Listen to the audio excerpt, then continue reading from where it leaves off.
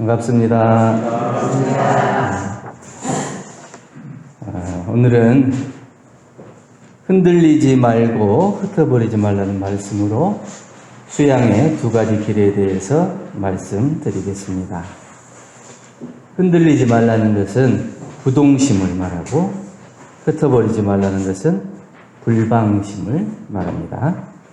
대종경 제2교육품 30장에 지금 세상 물질 문명은 발전하였으나 물질을 사용하는 정신은 극도로 쇠약하여 주인된 정신이 도리어 물질의 노예가 되고 말았으니 이는 실로 크게 근심될 현상이라 하시고, 이 세상에 아무리 좋은 물질과 좋은 재주와 박람 박식과 좋은 환경이라도 사용하는 마음이 바르지 못하면 악용되고 해독을 주고 죄업을 만들게 된다 말씀해 주셨습니다. 이 세상이 발전할수록 그것을 사용하는 사람의 마음이 얼마나 중요한가를 밝혀주신 내용입니다.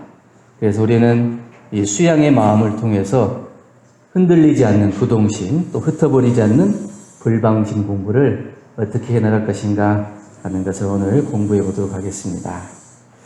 대종사님께서 28년 동안 우리들에게 가르쳐 주신 교법의 핵심은 용심법이다. 마음을 사용하는 법이다.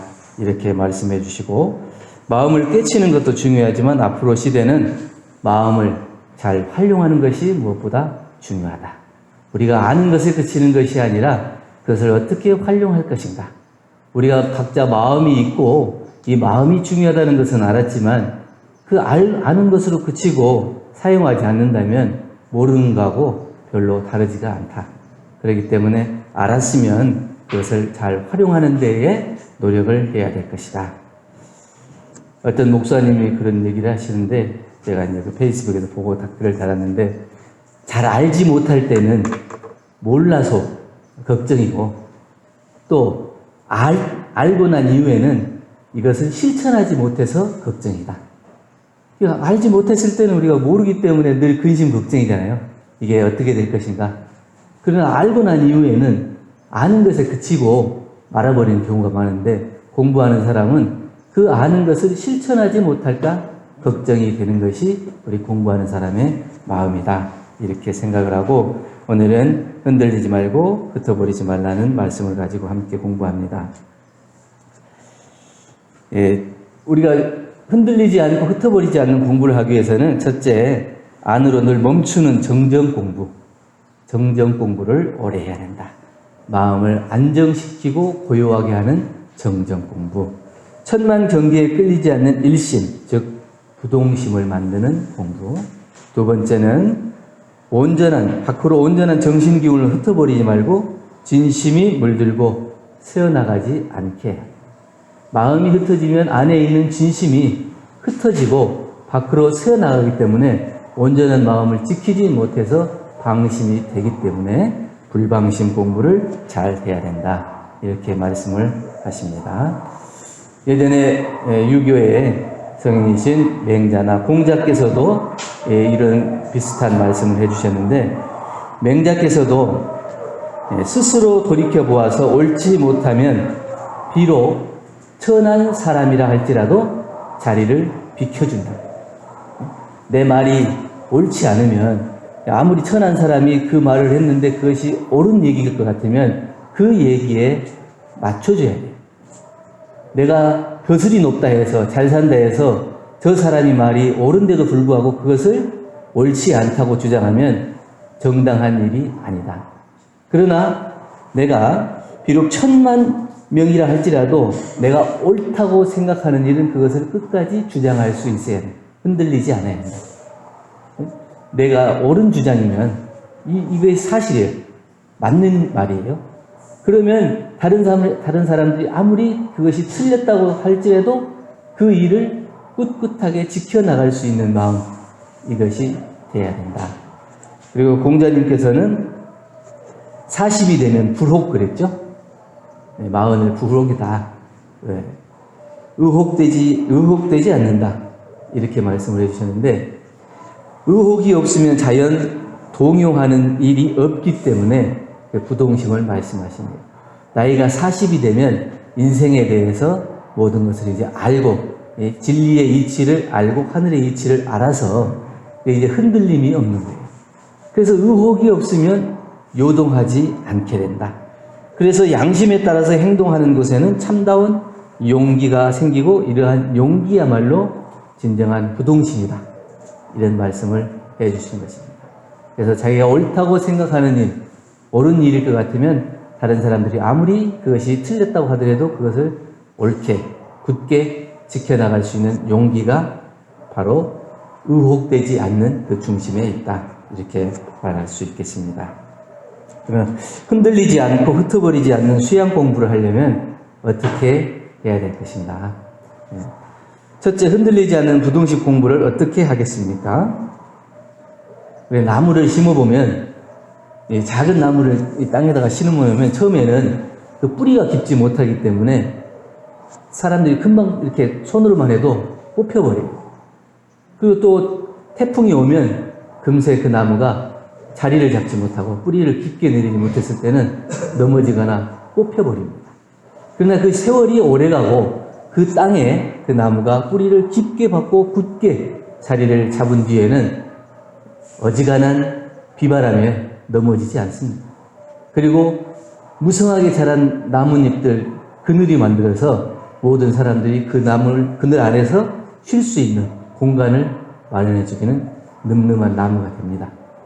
그래서 마찬가지로 우리가 수양을 하는 데 있어서도 한두 번 해보고 안 된다고 그것을 말아버리면 작은 나무를 심었다가 금세 뽑혀버리는 거하고 똑같아요. 수양 공부를 한다는 사람은 그 일이 될 때까지, 뿌리를 내릴 때까지 오래도록 흔들리지 않는 그 마음으로 뿌리를 내릴 수가 있어야 되는데 금세 마음을 접어버리고 마음을 거두어들이면 그 뿌리를 내릴 수가 없게 된다. 경산 상사님께서도 흔들림 없이 부동심이 돼야 이것이 바로 보배다. 마음에 흔들림이 없는 부동심이 돼야 이것이 보배다.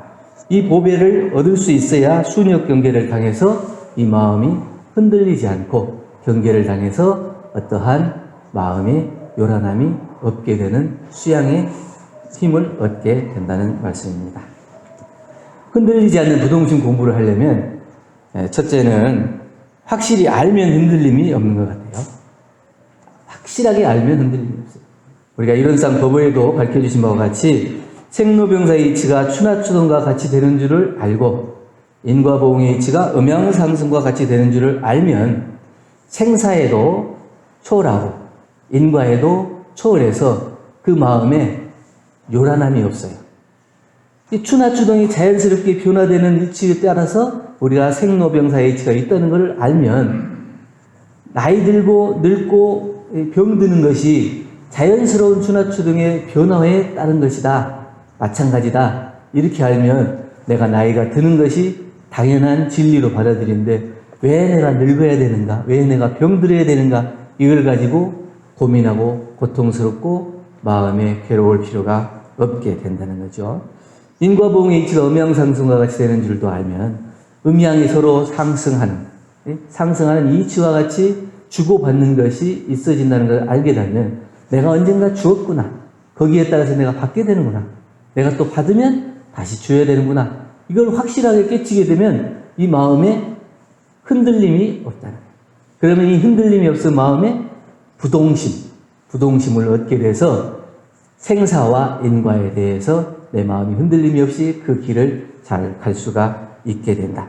또한 원만 부족한 것이며 지공무사한 각자의 성품을 확실하게 깨치면 그 자리를 알게 되면 어떠한 경계를 당한다 할지라도 흔들림이 없게 된다.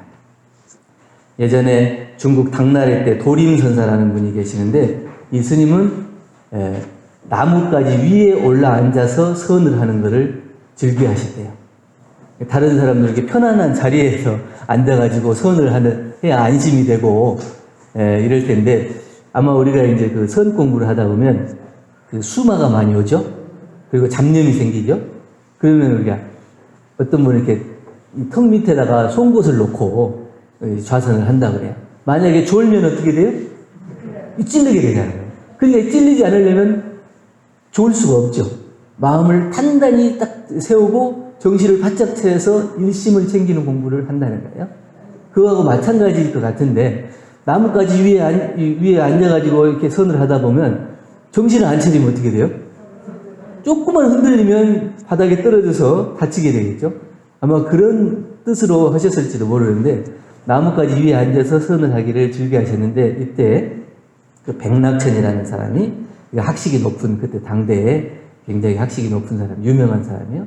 이 사람이 이제 불교에 관심도 많고 절에 돌아다니면서 스님들한테 이게 성리, 의두 이렇게 문답을 하면서 이 스님은 공부 실력이 얼만큼 되는가 이렇게 하는 걸 하고 다니는 이게 백낙천이라는 사람이었는데 이 도림선사한테 왔는데 보니까 나뭇가지 위에서 선을 하는데 앉아서 졸거리는 거예요. 그래서 스님 그 나뭇가지에 앉아서 졸면 큰일 납니다. 위험합니다. 위태롭게 보입니다. 이렇게 얘기하니까 이 도림선사가 딱 그 백낙천을 보더니 내가 봤을 때는 자네가 서 있는 땅 위에 서 있는 것이 내가 나무 위에서 앉아있는 것보다 더 위험하게 보이네. 이렇게. 이 사람이 이제 학식이 있는 사람이기 때문에 그 말 뜻이 어떤 뜻인지를 알겠죠. 자기는 이 나뭇가지 위에 앉아있지만 그 마음에 요란함이 없이 편안해요.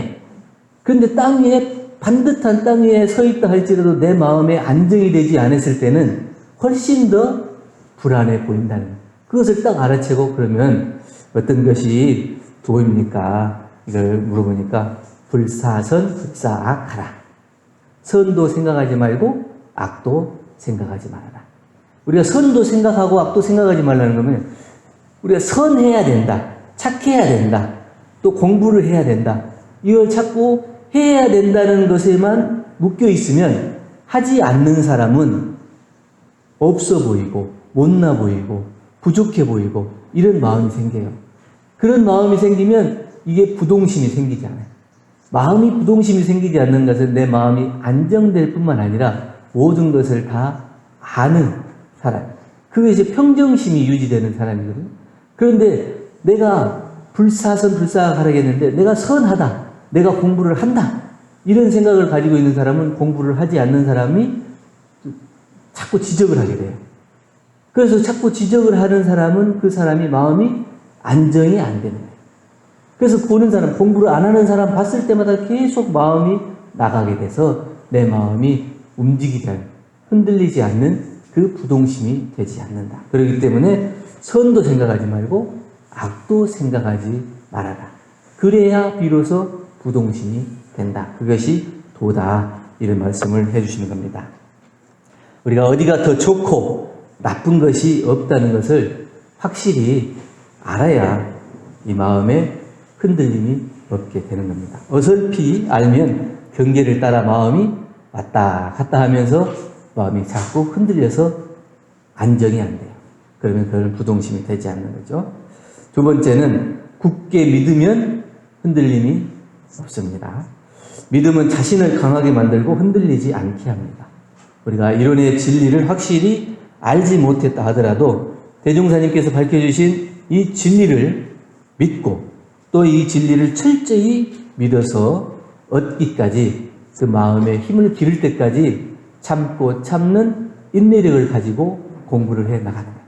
오늘 송타오님께서 감상담 했는데 내가 목표한 얻는 것을 얻을 때까지는 어쩌든지 그 사람이 어떤 일을 하고 어떤 미운 짓을 하더라도 그걸 참고 이길 수 있는 마음이 돼야 돼요. 그래야 그 목적한 것을 이룰 수가 있잖아요.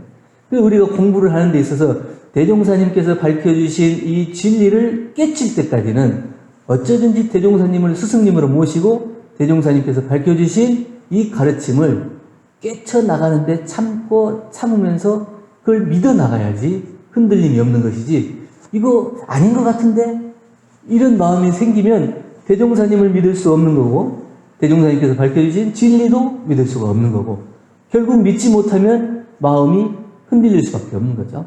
그래서 내가 흔들리지 않으려면 그 사실을 확실하게 알지 못했다 하더라도 믿고 나가는 그 믿음이 있으면 흔들림이 없나. 잠깐 동안은 이 경계를 참을 수 있어요. 이 믿음이 없는 사람은 잠깐 동안은 그 경계를 참을 수 있지만 조금 오래되면은 그게 흔들려요. 내가 이걸 잘 하고 있는가? 잘 믿고 있는가? 잘 실천하고 있는가? 확실하게 공부하고 있는가? 이게 믿음이 없으면 흔들려요. 그래서 중간에 포기하게 돼요. 한 번 흔들리면 거기서 끝나는 거예요. 더 이상 내가 그것을 지켜나가기가 어려워요. 그래서 그 믿음이 뿌리를 내릴 때까지는 참고 인내하는 공부. 그래서 그것을 확실하게 믿어나가는 공부가 됐을 때 흔들림이 없다. 세 번째는 욕심이 없으면 흔들림이 없는 것 같아요. 우리가 다 흔들리는 건 뭐 때문에 흔들리냐면 대부분 욕심 때문에 흔들리는 것 같아요. 내가 이만큼 가졌는데 거기에 만족하고 살면 흔들림이 있어요? 없죠. 내가 가지고 있는 것이 한 1억쯤 되는 아파트에 살아요. 그냥 내가 편안하다. 이 정도면 내가 사는데 지장이 없다. 이렇게 살았어요. 그런데 친구를 만났는데 한 5억짜리 아파트에 산대.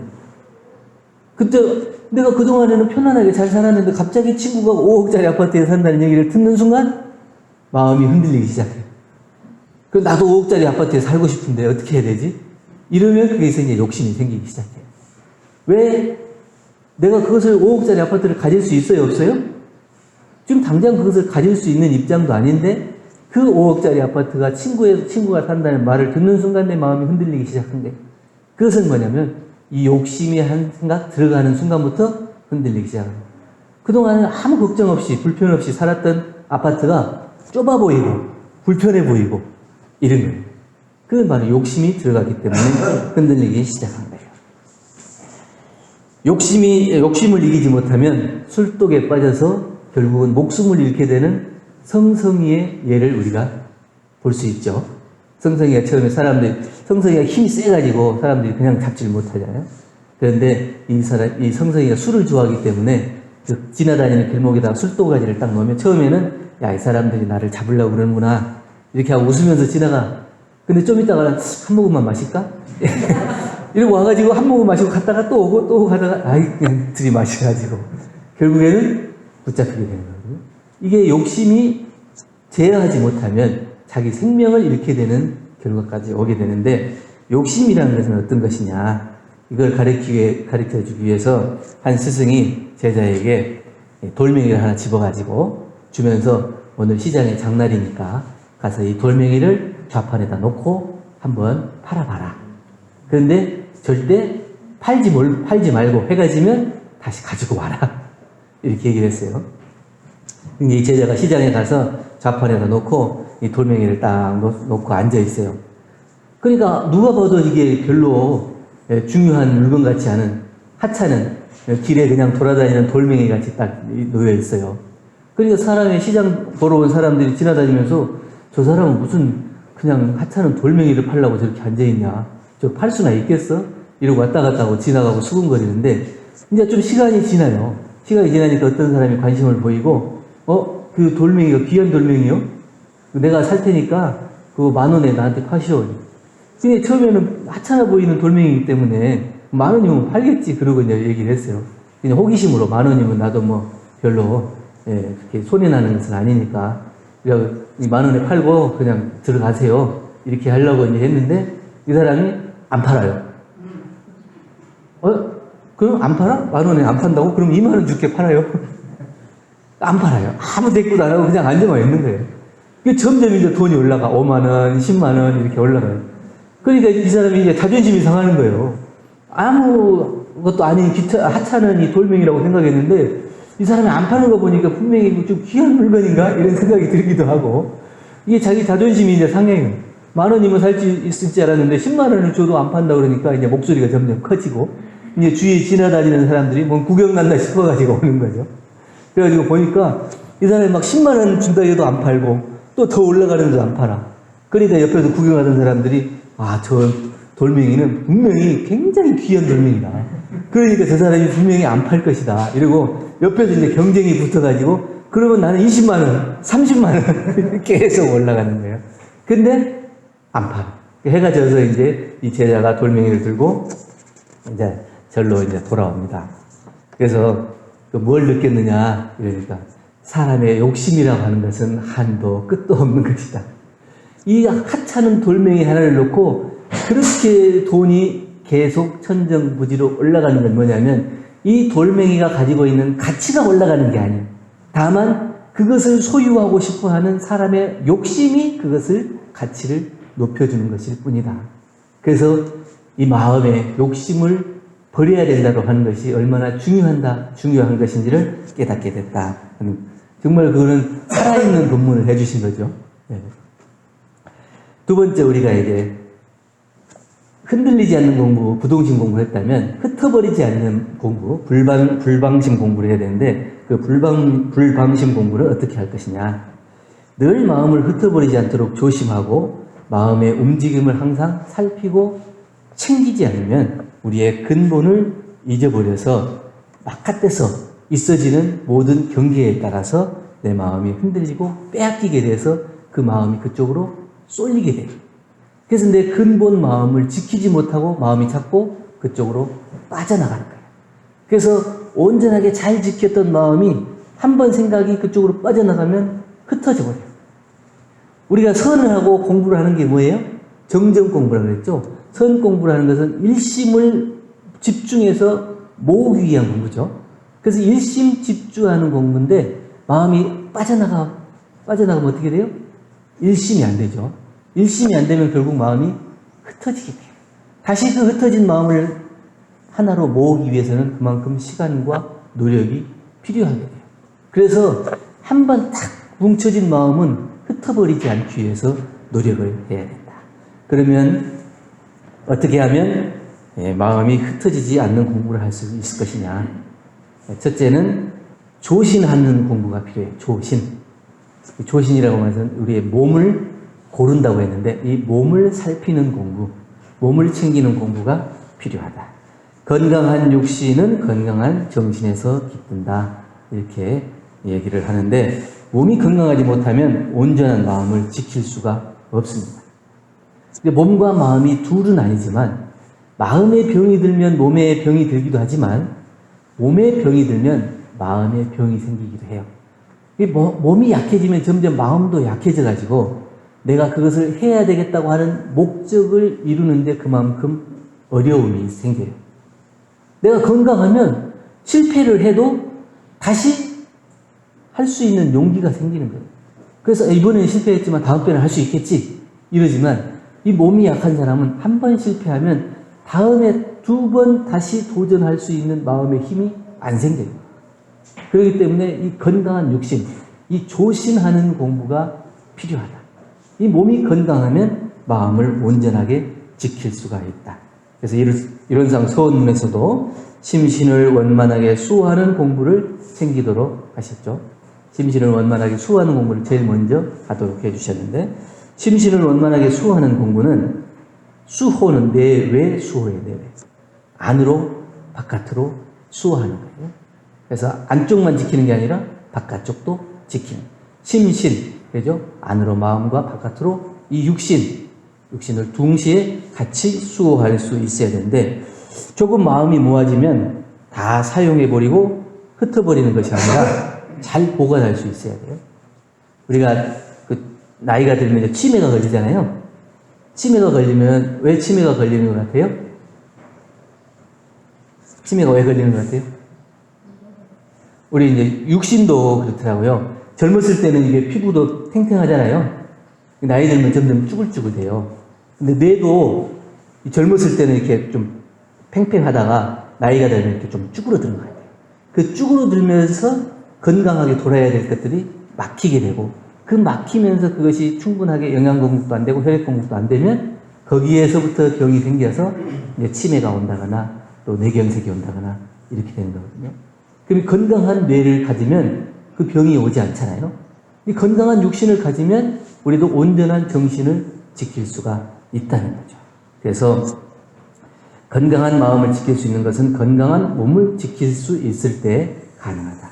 몸과 마음이 둘이 아니기 때문에 온전한 마음을 흩어버리지 않기 위해서는 내 몸을 잘 지키는 것이 첫째로 중요합니다. 두 번째로는 조식 공부가 필요하다. 조식은 호흡을 잘 고르는 것을 얘기하는데 호흡을 잘 하는 거예요.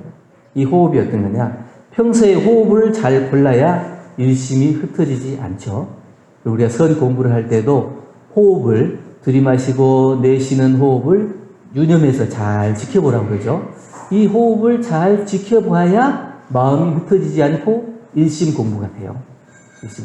이 호흡이 흩어져 버리면 마음이 흩어져서 잠이 온다거나 잡념이 생긴다거나 그게 이제 거기서부터 생기는 거예요.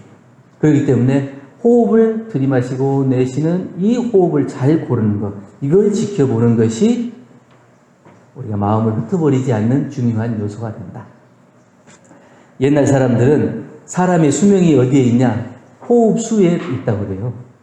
이제 내가 딱 태어나면 내 생명이, 목숨이 호흡을 몇 번 하는 데에 따라 있다고 그래요. 그래서 그 호흡을 빨리 해버리면 빨리 죽고, 천천히 하면 늦게 죽는다. 이렇게 얘기를 하거든요. 그건 뭐냐면 호흡을 잘 고르라는 얘기예요. 우리가 어떤 경계를 당해서 화가 나면 호흡이 빨라져요? 느려져요? 빨라지면 빨리 죽겠죠? 이런 말이에요. 어떤 경계를 당하더라도 그것을 호흡을 고를 수 있는 내 마음의 안정을 얻을 수 있는 사람은 그것을 지켜볼 수 있고 그 상황을 잘 처리해 나갈 수 있는 공부가 돼요. 근데 우선 이게 성질대로 화부터 내는 사람은 그 일을 원만하게 처리를 하지 못해요.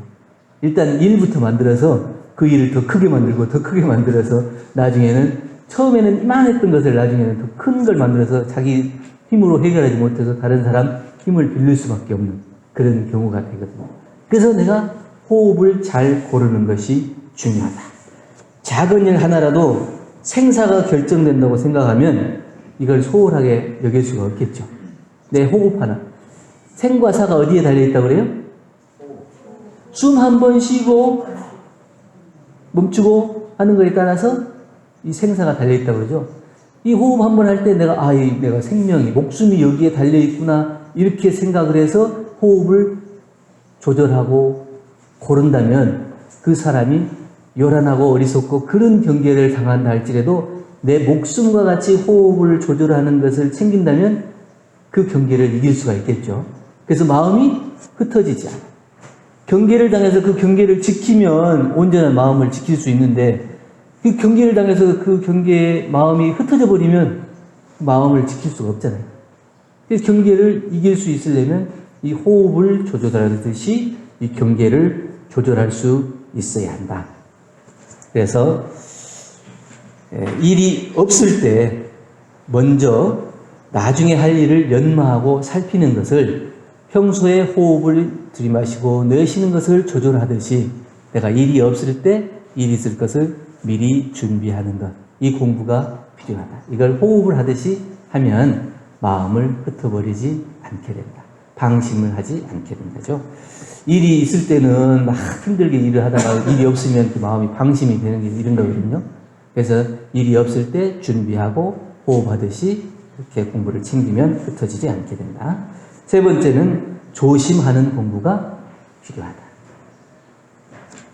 밖에서 들어오는 경계. 우리가 안, 이, 비, 설, 신, 의 이렇게 육군이 있다고 그러죠. 근데 육군이 이제 다 뭐 둘이 아니겠지만 밖에서 주로 들어오는 경계는 어떤 거냐면 안, 이, 비 이런 것 같아요. 이게 보잖아요. 밖에 있는 경계를 보는 거고 밖에 있는 경계를 듣는 거고 이 코로 이제 냄새를 맡는 거죠. 비니까. 그래서 눈으로 보고 듣고 이 냄새 맡는 것은 밖에서 들어오는 거예요. 그리고 이제 안에서 나가는 건 뭐겠어요? 설, 신, 의 세 가지. 이 입, 그리고 몸, 그리고 마음. 이건 이제 안에서 이제 밖으로 나가는 거예요. 말은 안에서 밖으로 나가잖아요. 이 말을 잘못하면 그게 경계가 되는 거고. 몸도 어떻게 해요? 내가 몸을 잘 관리하면 그 경계에 안 할 수 있지만 그 몸을 자꾸 나쁜 일하고 악업을 짓는 일에 몸을 쓰다 보면 그것이 결국은 내 마음을 흩어버리는 거예요. 또 마음도 온전하게 지키는 게 아니라 이것이 마음이 자꾸 밖으로 나가는 거예요.